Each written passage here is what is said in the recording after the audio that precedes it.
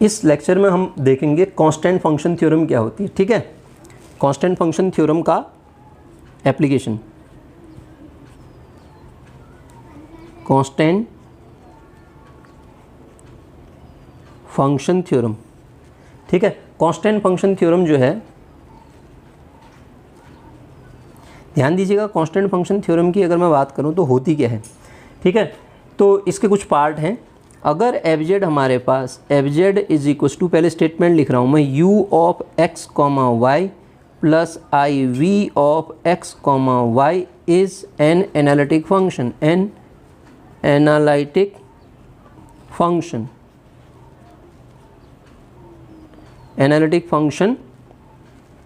ठीक है, अगर एफ जेड एनालिटिक फंक्शन है देन, तो उस केस में देन इफ, पूरा स्टेटमेंट लिख दे रहा हूं मैं इसका, any one of the following, any one of the following is satisfied, is, hold लिख देता हूं। ठीक है, होल्ड देन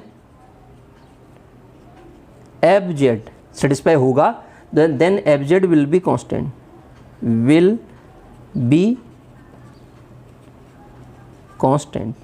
नीचे मैं लिख रहा हूँ, इनमें से अगर कोई एक भी सेटिस्फाई होता है, सब के लिए है ये, कोई एक या सब के लिए है। अगर एफ डैश जेड हमारे पास 0 हुआ तो एफ जेड कांस्टेंट होगा। Second, real part of F z यदि हमारे पास कांस्टेंट हुआ तो एफ जेड जो हो जाएगा कांस्टेंट हो जाएगा। Real part of F Z की बात करता हूँ, real part of F Z is constant, constant हुआ। थर्ड में लिखता हूँ यहाँ पे, imaginary part of F Z, क्या, imaginary part of F Z is constant. अगर imaginary part of F Z constant है तो एफ जेड उस केस में भी क्या हो जाएगा, कांस्टेंट हो जाएगा। ठीक है, इसी प्रकार यदि फोर्थ में लिखता हूँ, अगला हमारे पास मॉड एफ जेड अगर कांस्टेंट है तो एफ जेड भी कांस्टेंट हो जाएगा। ठीक है, मॉड एफ जेड के कांस्टेंट होने पे एफ जेड कांस्टेंट हो जाएगा। ठीक, इसी प्रकार हम बोल सकते हैं argument of F Z constant है तब भी हो जाएगा फंक्शन। ठीक है, और भी प्रॉपर्टी आएंगी एक एक करके, जितनी भी होती हैं आप इसको याद भी कर लीजिएगा, मैं एक एक करके जितने हो सकते हैं इनको प्रूफ भी करने का प्रयास कर रहा हूँ। ठीक है, तो कांस्टेंट फंक्शन थ्योरम कहती है अगर कोई एनालिटिक फंक्शन एफ जेड बराबर इतना, अब ध्यान दीजिएगा मैंने यहाँ पे लिखा है F Z is analytic function, यदि एनालिटिक फंक्शन होने पे ये प्रॉपर्टी सेटिस्फाई होती हैं तो एंटायर फंक्शन होने पे भी ये प्रॉपर्टी सेटिस्फाइड होंगी। ठीक है, एंटायर फंक्शन होने पे भी ये प्रॉपर्टी क्या होंगी, सेटिस्फाई होंगी।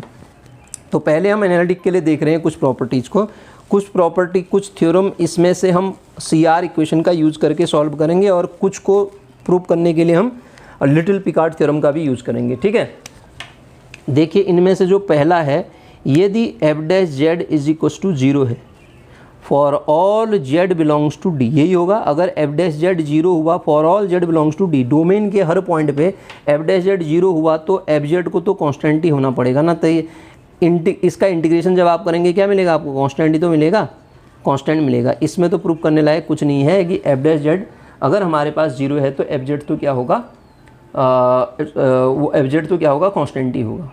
ठीक है, तो हमने कहा अगर f एनालिटिक है तो ये प्रॉपर्टी होने पे आपका फंक्शन क्या होगा, इस तरीके की, मतलब कांस्टेंट होगा। क्या क्या, पहला क्या देखा, एफ डैश जेड 0 होने पे कहानी ऐसी हो जाएगी। ठीक है, अब देखते हैं हम अगला, देख लेते हैं रियल पार्ट के बारे में देख लेते हैं। यदि ना इफ़ f इज़, यदि मैं लिख भी देता हूँ, if f is an analytic function, f is an analytic function. देखिए इसमें कीवर्ड क्या क्या, analytic function, f is an analytic function on domain, on a domain D, such that, किस तरीके का, such that real part of fz is constant, real part of fz is constant, then fz is constant, तो उस case में fz is, वो क्या हो जाएगा, constant हो जाएगा। ठीक है, अगर मैं इसमें की पॉइंट देखता हूं तो की पॉइंट क्या क्या हैं, पहली बात एनालिटिसिटी, एनालिटिसिटी अगर एनालिटिक है तो CR इक्वेशन का यूज़ कर सकता हूं मैं, किस में, डोमेन D के अंदर। और दूसरा कीवर्ड है real part of fz is constant, real part of fz क्या है, कांस्टेंट है। अगर ये दो कंडीशन होती हैं तो आप प्रूव करके दिखाइए कि आपका जो fz है ना वो क्या होगा, कांस्टेंट होगा करके हमें प्रूव करना है। ठीक है, तो जो दिया है उसको लेके चलते हैं हम और प्रॉपर्टी को प्रूव करके दिखा देते हैं। जैसे देखिए हमें दिया गया है, हम मान लेते हैं लेट एफ जेड क्या है हमारे पास, equals to U of x comma Y plus I V of x comma Y is analytic. ये क्या दिया है हमें, एनालिटिक दिया है। F Z is equals to this is analytic. ठीक है, इन कहाँ पे, डी के अंदर डोमेन में एनालिटिक है। ठीक है, और हमें गिवन क्या है, we have given that u of x comma Y is constant. u of x comma y constant हुआ तो ux अगर मैं निकालता हूं तो ux का मतलब del u over del x, del u over del x कितना आएगा, 0। इसी प्रकार uy जब मैं निकालूंगा तो del u over del y this is also 0, क्योंकि ये कांस्टेंट है ना, तो इसका डेरिवेटिव पार्शियल डेरिवेटिव 0 आएगा। अगर फंक्शन एनालिटिक है, हमें दिया गया है F Z is analytic, f Z is analytic. अगर एफ जेड एनालिटिक है तो इसका मतलब it follow C R equation. C R equation क्या कहती है, you x is equals to v y and u Y is equals to minus का we x कहती है। ठीक है, यही तो कहती है सी आर इक्वेशन। अब सी आर इक्वेशन से हम क्या कह सकते हैं, अगर यू एक्स क्या है, 0 है, 0 होने का मतलब x से इंडिपेंडेंट है, तो वी वाई भी क्या आ जाएगा, 0 आ जाएगा। v जो है y से इंडिपेंडेंट हो जाएगा, और उसके बाद यहाँ पे वी एक्स भी क्या हो जाएगा, वी एक्स भी 0 हो जाएगा। हमें जो कंडीशन दी है उसके अकॉर्डिंग कह सकता हूँ मैं वी एक्स भी, इसको यूज़ करूँगा ना, यू एक्स बराबर वी वाई, यू वाई बराबर माइनस वी एक्स। तो इससे मैं कंक्लूजन निकाल सकता हूँ जो v है x से भी इंडिपेंडेंट है, v जो है y से भी इंडिपेंडेंट है। तो v किसका फंक्शन है, v आप देख रहे हैं x, y का फंक्शन है, और हमने प्रूव किया कि v जो है x से भी इंडिपेंडेंट है। सॉरी, ये क्या लिखा मैंने, ux नहीं आएगा ना, vx बराबर, हाँ ठीक है, vx बराबर 0। हाँ ठीक है, vx 0 का मतलब v इंडिपेंडेंट फ्रॉम, यहाँ से vx 0 आएगा ना, v फ्री फ्रॉम x हो जाएगा, v फ्री फ्रॉम y हो जाएगा। तो vx इज़ फ्री फ्रॉम किससे, free from x comma y, और v जो है x y का फंक्शन है और x और y दोनों से फ्री है, तो इसका मतलब v भी क्या हो गया, आपका कांस्टेंट हो गया, v भी क्या हो गया, कांस्टेंट हो गया। ठीक है, अब देखिए ना, v y is equal to 0 आ रहा है, y के रिस्पेक्ट में डेरिवेटिव 0 तभी आ सकता है जब वो आपका फ्री होगा y से, यही लाइन कहती है। अब आप ध्यान से देखिए, v के x और y जो डेरिवेटिव निकाले हमने, दोनों 0 आए, तो हमने कहा कि ये free from x comma y है, मतलब कांस्टेंट है। हमें क्या दिया है, u तो ऑलरेडी कांस्टेंट दिया था हमने, u तो हमें कांस्टेंट दिया था और v हमने कांस्टेंट प्रूव कर दिया। इसका मतलब u प्लस आई वी भी क्या हो गया, ये एफ जेड हुआ, वो भी क्या हो जाएगा, आपका कांस्टेंट फंक्शन हो जाएगा। तो हमने पहला पार्ट क्या पढ़ा, अगर हमारे पास real part of F Z किसी एनालिटिक फंक्शन का कांस्टेंट है तो वो फंक्शन ही क्या हो जाएगा, कांस्टेंट हो जाएगा। इसको हम यूज़ कर सकते हैं। ठीक है, किसी भी एनालिटिक फंक्शन के लिए इस प्रॉपर्टी का हम यूज़ कर सकते हैं, इस पर डायरेक्ट क्वेश्चन भी बन सकता है। ठीक है, इसी प्रकार यदि मैं आपसे कहूँ दूसरा जो था आपका इमेजिनरी पार्ट वाले के लिए कर सकते हैं ना, imaginary part of F Z is equal to constant, तो एफ जेड कॉन्स्टेंट होगा। अब आप इसको कैसे सॉल्व करेंगे, पूरा सॉल्व आप खुद कर सकते हैं। Imaginary part of F z का मतलब f Z is equal to u plus I v होता है। ठीक है, that is equal to u is a function of x comma Y plus I v is a function of x comma y. Condition क्या है, F Z analytic है, analytic होने के बाद वी कॉन्स्टेंट है ना, v of x comma Y is equal to constant है। तो आप यहाँ से v का आप क्या निकालेंगे, x के रिस्पेक्ट में डेरिवेटिव निकालेंगे, इसी पर ये 0 आएगा। v का आप y के रिस्पेक्ट में डेरिवेटिव निकालेंगे, ये भी 0 आएगा। अब आप सी आर इक्वेशन के साथ जब कंपेयर कराएंगे तो वहाँ से हमें u और u के x और y डेरिवेटिव, x y के रिस्पेक्ट में u भी क्या आ जाएगा, 0 आ जाएगा। तो इसका मतलब u भी फ्री फ्रॉम क्या हो जाएगा, x एंड y। v तो हमें कांस्टेंट दिया ही था, हमने क्या प्रूव कर दिया, u भी क्या हो गया, कांस्टेंट प्रूव कर दिया। तो इससे हम कह पाएंगे कि u भी कांस्टेंट है, v भी कांस्टेंट है, तो आपके पास u प्लस आई वी भी क्या हो जाएगा, कांस्टेंट हो जाएगा। तो हम कह पाएंगे क्या, F Z is a constant function. तो दो चीज़ तो हमने पढ़ी कि अगर किसी एनालिटिक फंक्शन के रियल और इमेजिनरी पार्ट कांस्टेंट है तो वो एनालिटिक फंक्शन ही क्या हो जाएगा, कांस्टेंट हो जाएगा। तीसरी बड़ी इंपॉर्टेंट प्रॉपर्टी हम देख रहे हैं, इफ़, लिख रहा हूँ मैं इसको, if f z is an analytic function, an analytic, f z is an analytic function, f z कोई एनालिटिक फंक्शन है, ठीक है, with constant modulus, with constant modulus, constant modulus, this implies, अगर ऐसा है तो एफजेड क्या हो जाएगा, f z is constant, f z is constant. तो अगली प्रॉपर्टी हमें ये प्रूव करनी है, अगर ऐसा है तो एफजेड क्या होगा, कांस्टेंट होगा। If f z is an analytic function with constant modulus, उसका मॉडुलस कांस्टेंट है तो वो एफजेड क्या हो जाएगा, कांस्टेंट हो जाएगा। इसको भी मैं प्रूव करके दिखाता हूँ, देखिएगा, प्रूफ लिख रहा हूँ मैं इसका, प्रूफ कहें या सॉल्यूशन कहें, लेट एफजेड बराबर, हम कैसे लिख रहे थे, u plus I v is analytic, पहली कंडीशन दिया है हमें, अगर एफजेड बराबर u प्लस आई वी एनालिटिक है तो इसका मतलब ux बराबर v y and u Y is equal to minus we x. C R equation, C Cauchy Riemann equation को सेटिस्फाई करेगा एनालिटिक फंक्शन, नेसेसरी कंडीशन है नहीं।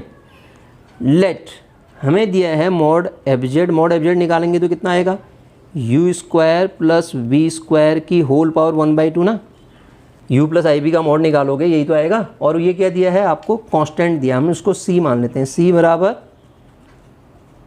कांस्टेंट। क्या हम कांस्टेंट कैसा कांस्टेंट ले लेते हैं, एक नॉन जीरो कांस्टेंट ले लेते हैं, ठीक है, c is not equal to zero. तो यहाँ से हम क्या लें, u square plus we square बराबर सी स्क्वायर लिख सकते हैं, बिल्कुल लिख सकते हैं, स्क्वायरिंग बोथ साइड कर देते हैं। अब इस इक्वेशन को हम डिफ्रेंशिएट कर देते हैं अलग अलग x और y के रिस्पेक्ट में। हमने किया क्या, जो दिया था वही किया। Now differentiating equation a with respect to x and y partially, ठीक है, x और y के रिस्पेक्ट में करते हैं। तो क्या आएगा देखिए, 2 टाइम x के रिस्पेक्ट में u ux plus 2 time v x is equal to zero, constant है। इसी प्रकार दूसरा जब हम किसके रिस्पेक्ट में करेंगे, y के रिस्पेक्ट में, तो क्या मिलेगा, 2 time u y plus 2 time v y बराबर जीरो, यही मिलेगा ना। अब आपको यहाँ से कंडीशन मिल जाएगी u x plus v x equal to zero, u y plus v y is equal to zero, यही मिले ना। हमें क्या दिया था, कोई भी एनालिटिक फंक्शन दिया था, उस एनालिटिक फंक्शन का रियल पार्ट, सॉरी मॉडुलस हमें कांस्टेंट दिया था, हमने उसी को आगे सॉल्व किया तो ये मिला, ठीक है। अब ज़रा सा इसको मैं मिटा के यहाँ पे इसको प्रूफ को लिखने का प्रयास करता हूँ, ठीक है। तो अब आप देखिए सी आर इक्वेशन तो आपके पास हैं। पहली इक्वेशन को मैं u x plus we x is equal to zero लिख दें, v x is equal to zero. और सेकेंड वाली जो इक्वेशन है यू वाई की जगह पे माइनस वी एक्स रख देते हैं, यू माइनस का वी एक्स रख देते हैं, U Y is equal to minus we X ना, U Y is equal to minus we x C R equation से, प्लस वी और ये वी वाई की जगह पे यू एक्स रख देते हैं इक्व टू जीरो। कर क्या रहा हूँ मैं, समझ में आ रहा ना है, ऊपर से सी आर इक्वेशन का यूज़ कर दिया। अब इक्वेशन एक ये होगी, इक्वेशन दो ये होगी। तो इक्वेशन फर्स्ट और सेकंड को स्क्वायर करके ऐड कर दो आप। जैसे ही इनको स्क्वायर करके ऐड करोगे, मैं एक साथ लिख देता हूँ, इसको कॉमन ले लेता हूँ, यू स्क्वायर कॉमन लूँगा तो अंदर बचेगा आपका u x square plus we x square दोनों से ना, और प्लस जब वी स्क्वायर मैं कॉमन लूँगा तो अंदर बचेगा मेरा U x square plus we x square, यही बचेगा U x square plus we x square. This implies, फिर कॉमन ले लो U x square plus we x square, तो अंदर जो बचता है U square plus we square बचता है, U square plus we square is equal to कितना, राइट हैंड साइड में जीरो है। तो साहब ध्यान से देखिएगा आप, आपको ये मिला, हमने अभी ऊपर लिखा था कि ये जो है you x square U square plus we square, उसकी वैल्यू क्या है, सी स्क्वायर है। तो C square into U x square plus we x square is equal to 0 और C square not equal to 0, C 0 नहीं है ना, तो सी स्क्वायर नॉन जीरो है, तो इसका मतलब यही 0 होगा। और आप जानते हैं प्रॉपर्टी, 2 नंबर का स्क्वायर 0 तभी हो सकता है जब सेपरेटली वो क्या हो, यू एक्स और ये क्या है v x, u x v x equal to 0, जब सेपरेटली क्या हो, 0 हो। ठीक है, अगर वो सेपरेटली 0 होंगे, अगर उनका स्क्वायर 0 है तो वो सेपरेटली 0 होने से ये तभी स्क्वायर 0 हो सकता है, क्योंकि स्क्वायर कभी निगेटिव नहीं आता है ना। 2 नंबर, 2 सम है बीच में, सम जोड़ के 0 आ नहीं सकता ना, एक निगेटिव होना पड़ेगा। तो इसकी सिचुएशन ही वही होती है जब वो दोनों के दोनों सेपरेटली क्या होंगे, 0 होंगे। बस अब हम नेसेसरी कंडीशन जानते हैं डेरिवेटिव की कि साहब f dash z is equal to होता है डी डब्ल्यू ओवर डी जेड, और हमने वो necessary condition C R equation की पढ़ रखी है, इसको डेल डब्ल्यू ओवर डेल एक्स भी कहा जाता है। तो del u over del x plus del v over del x with i. Del u over del x कितना होगा, 0, del v over del x 0 i, this equal to क्या हो गया, 0। और अभी हमने पढ़ रखा है यदि एफ डैश जेड 0 आता है, एफ डैश जेड 0 आता है तो इसका मतलब एफ जेड हमारा क्या हो जाएगा, कांस्टेंट फंक्शन हो जाएगा। तो हमने इस वाले में क्या देखा कि आपके पास यदि ये क्या है, कांस्टेंट फंक्शन थ्योरम का ये एक पार्ट है, यदि आपका कोई एनालिटिक फंक्शन है, उसका एनालिटिक फंक्शन का मॉडुलस यदि कांस्टेंट है तो वो फंक्शन ही क्या आ जाएगा, कांस्टेंट आ जाएगा। तो 3 थ्योरम हमने इसमें देखी कांस्टेंट फंक्शन थ्योरम की, मतलब 3 पार्ट देखी। F Z is equal to u plus i b is analytic function, then f dash z is equal to 0। दूसरा हमने देखा real part f dash z equal to 0 implies f Z is equal to constant. दूसरा हमने देखा real part of F z यदि constant है तो f z constant होगा। तीसरा हमने देखा इमेजनरी पार्ट एफ जेड यदि कॉन्स्टेंट है तो एफ जेड कॉन्स्टेंट होगा। और चौथा हमने देखा अगर मॉड ऑफ एफ जेड यदि कॉन्स्टेंट आता है, मॉड ऑफ एफ जेड यदि कॉन्स्टेंट आता है तो एफ जेड भी क्या आएगा, कॉन्स्टेंट आएगा। ठीक है, इस तरीके से इसको सॉल्व करेंगे। Thank you for watching. अगर आपने चैनल